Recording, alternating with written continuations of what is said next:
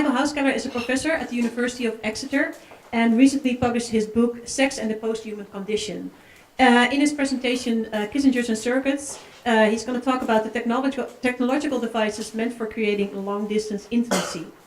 I think the floor is almost yours. Thank you. So,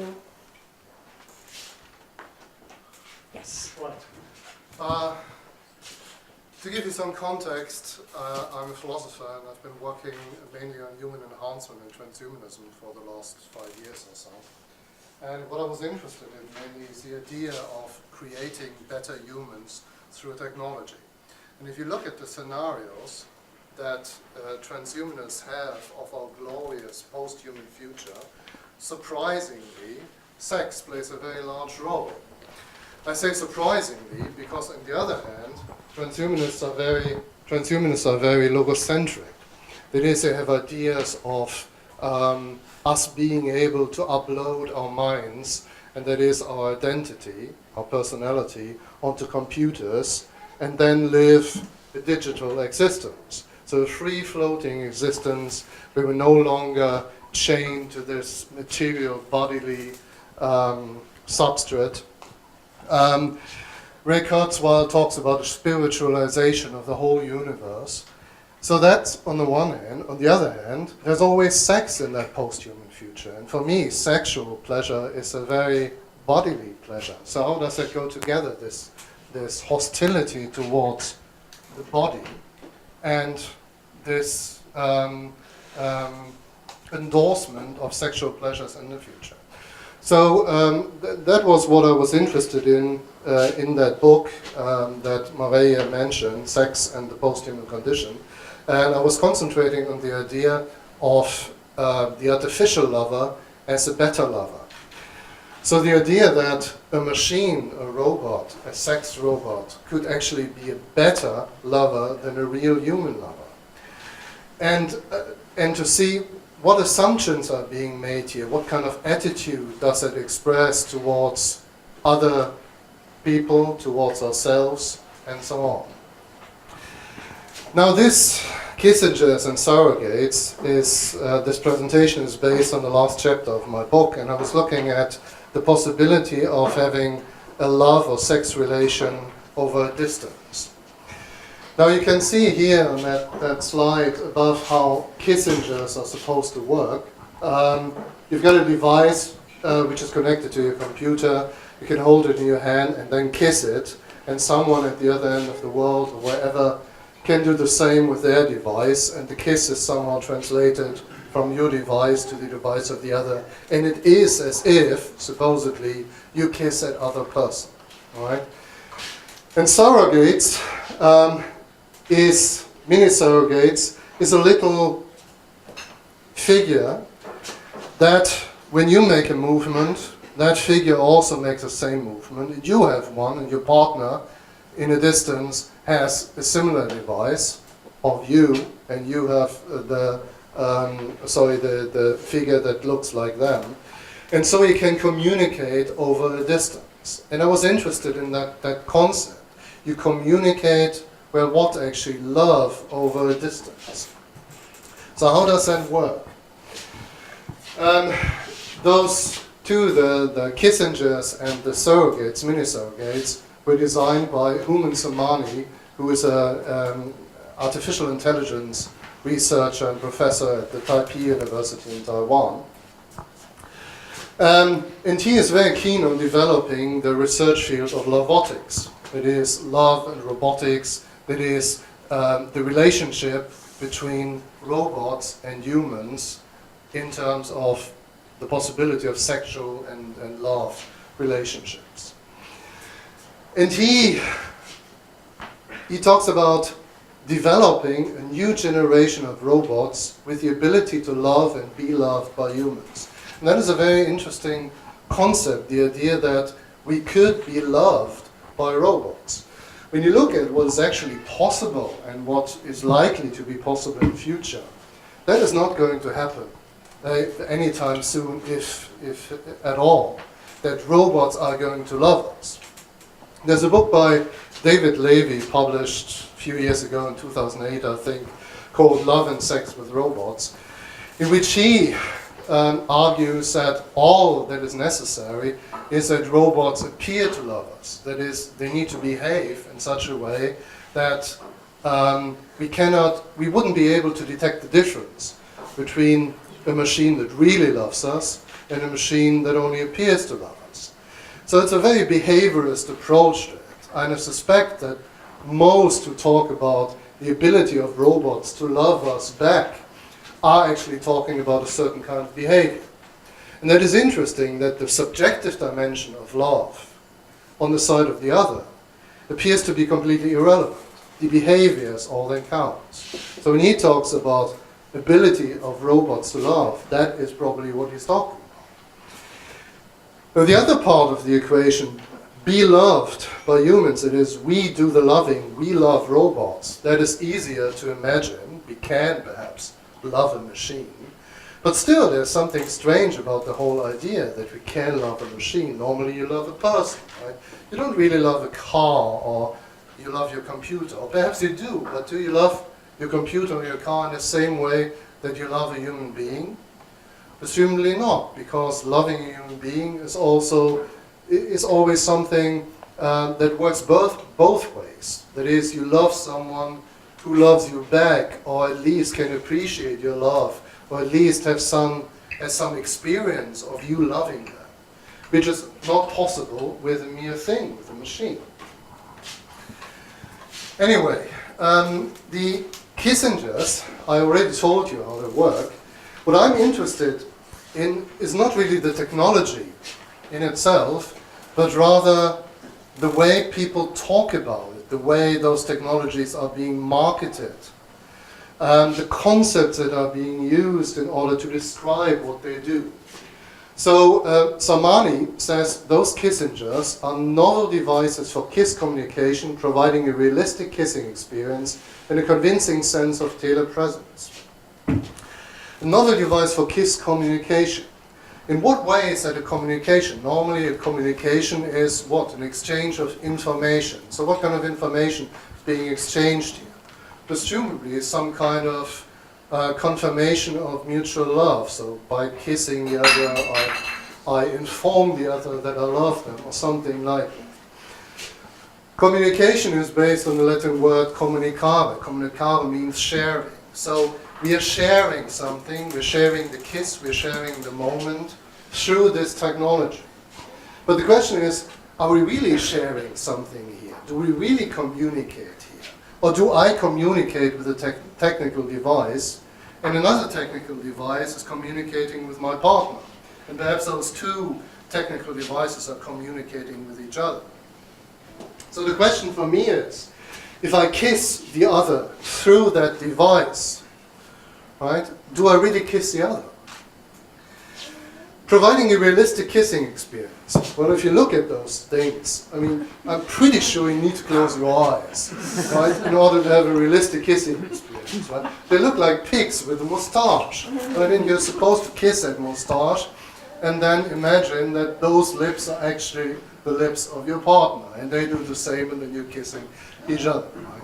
So is that a realistic kissing experience? The convincing sense of telepresence, again, that concept, telepresence, is very interesting. It suggests that you can have presence over distance. So tele means far away, there is a distance there, but it's still a presence. So they're at the same time far away and very close. Is that really the case? I mean, that is what we're supposed to feel, that is what is supposed to happen. But I'm wondering how close the other really is when their presence is mediated through technology. And the interesting thing here is that the other is not really necessary as a real human partner, right? You can imagine that device being implanted in a robot. Then you're kissing the lips of that robot, and there is no other at the other end, just the robot. Right? So you can actually delete the human on the other side of the equation. And of course there are already attempts to produce such robots. Sega Toys' Eternal Maiden actualization is already a few years old, but they're still on the market. they're being described as very lovable, and though they're not human, they can act like a real girlfriend. Right? You can kiss him, they kiss back. But there's not really a girlfriend there, or boyfriend. There's not really another person. They can only act like a real girlfriend. And, of course, you can also imagine that there's not even a robot at the other end, but a virtual character. Like here, Bob Hoskins and Jessica Rabbit and Who Framed Roger Rabbit. You don't have a real thing at all, neither a human person nor a robot. You're just interacting with a virtual person. Then the reality of the other is even further, pushed even further away. Now those Kissingers are a bit ridiculous, right? Kissing at a distance, you're supposed to be closer to your lover and so on. What about fucking at a distance, having sex at a distance? We can imagine Sexingers, that is, you have a device with which you can have sex, and your partner has a similar device with which they have sex, and that is like having sex with the other. Stenger produces a device that is designed to do that, and I want to show you the demo for that, if I can find actually the mouse.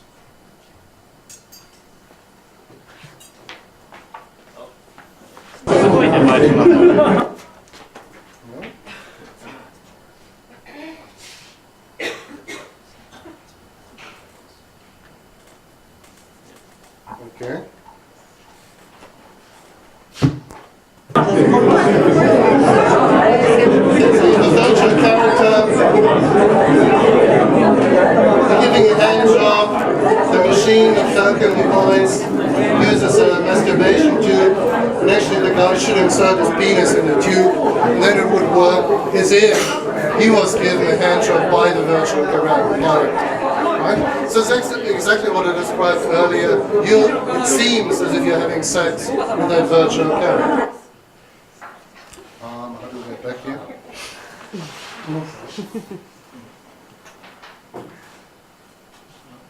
This one?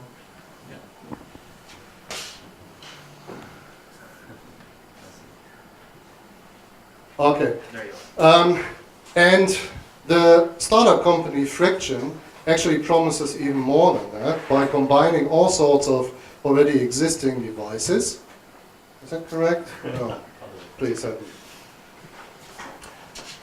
And Seth from Friction is here, and he will tell you more later about the technology. I have no idea how the technology works. I'm not really interested in technology. As I said, I'm interested in the ideas that are being used in order to market certain technologies, to convince us that those technologies are actually worth having. Yeah. You want that? Can I see it here? Yeah, okay. Be present, create friction. Takes about 3 minutes.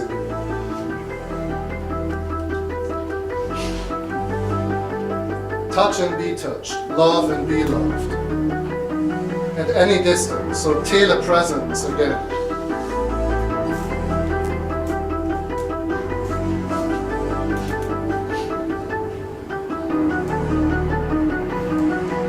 Achieve convincing organic intimacy.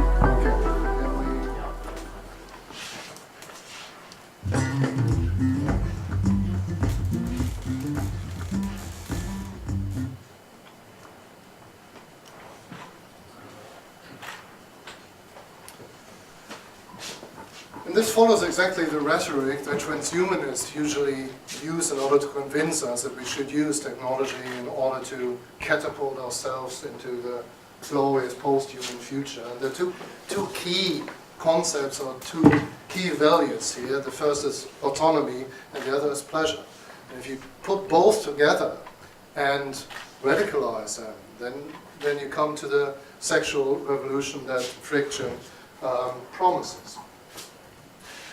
Now back to Tenga and Tsuneki Sato, the CEO of that company. He comments on these developments and says, that's the future of masturbation, or the future of sex even. So he puts these two together and says, masturbation, yes, but that is actually the future of sex. That is the future of sex and the future of masturbation is one and the same thing. Now, as I said earlier, for me it's interesting to think about, are we actually having sex with the other when we're having sex with a machine which is connected to another machine which is having sex with the other partner? But then, of course, you can wonder whether mediation as such is a problem. And if you think about it, then actually there is nothing that is really immediate, right? Even normal sensory experience is mediated, namely through the senses. When we see something, then it appears to be immediately there. But in fact, there are a lot of processes going on before our brain constructs the image that is immediately present for us. So immediacy is just the appearance, whereas the processes that lead to it are mediated in various ways.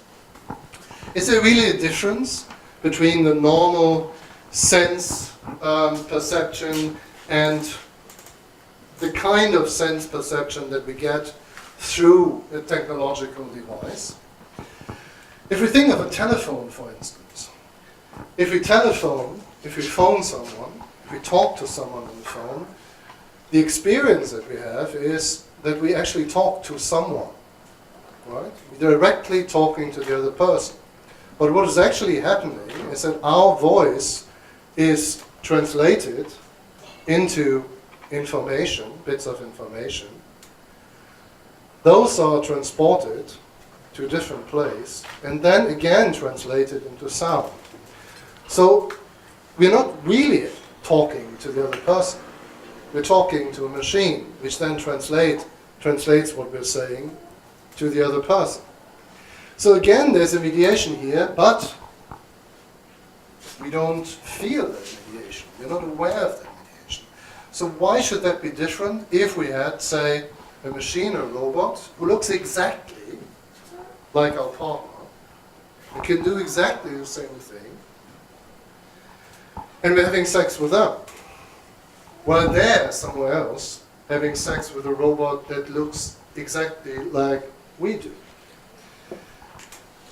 Would it matter?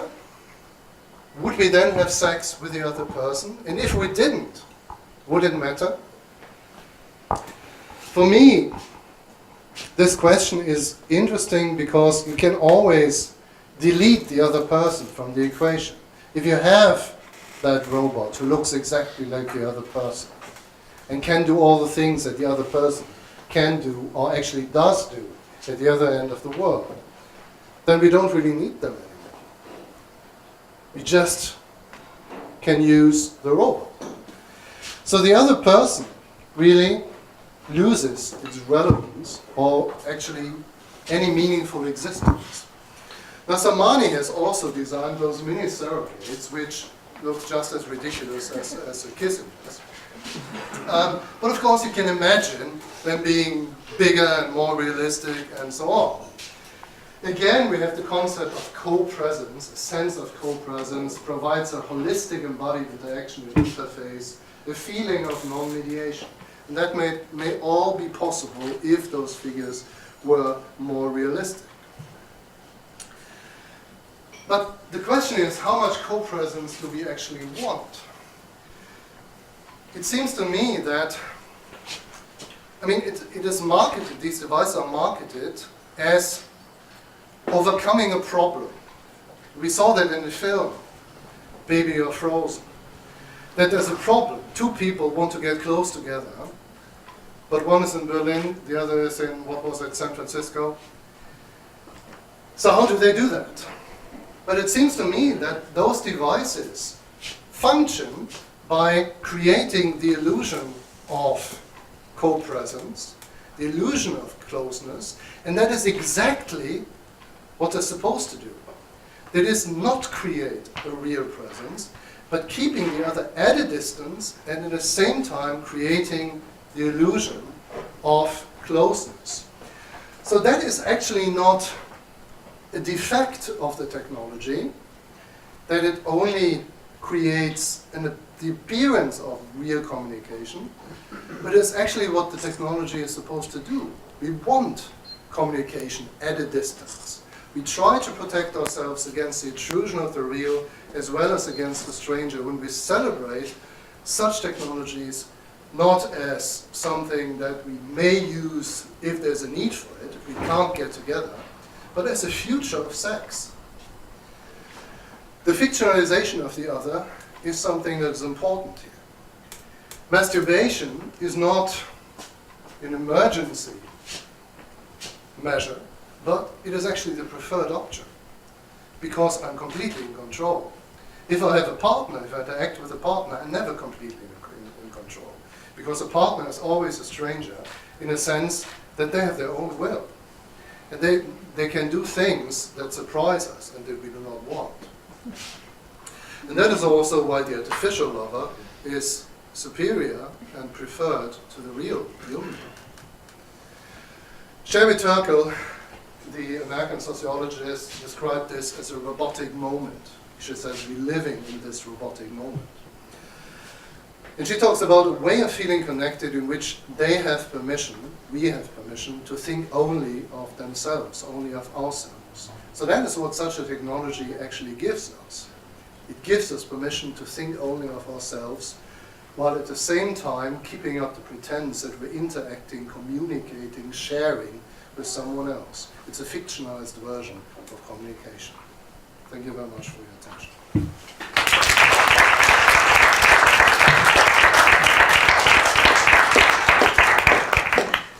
Thank you very much for your presentation. We're now going to do a small panel discussion about sex toys and sex technology.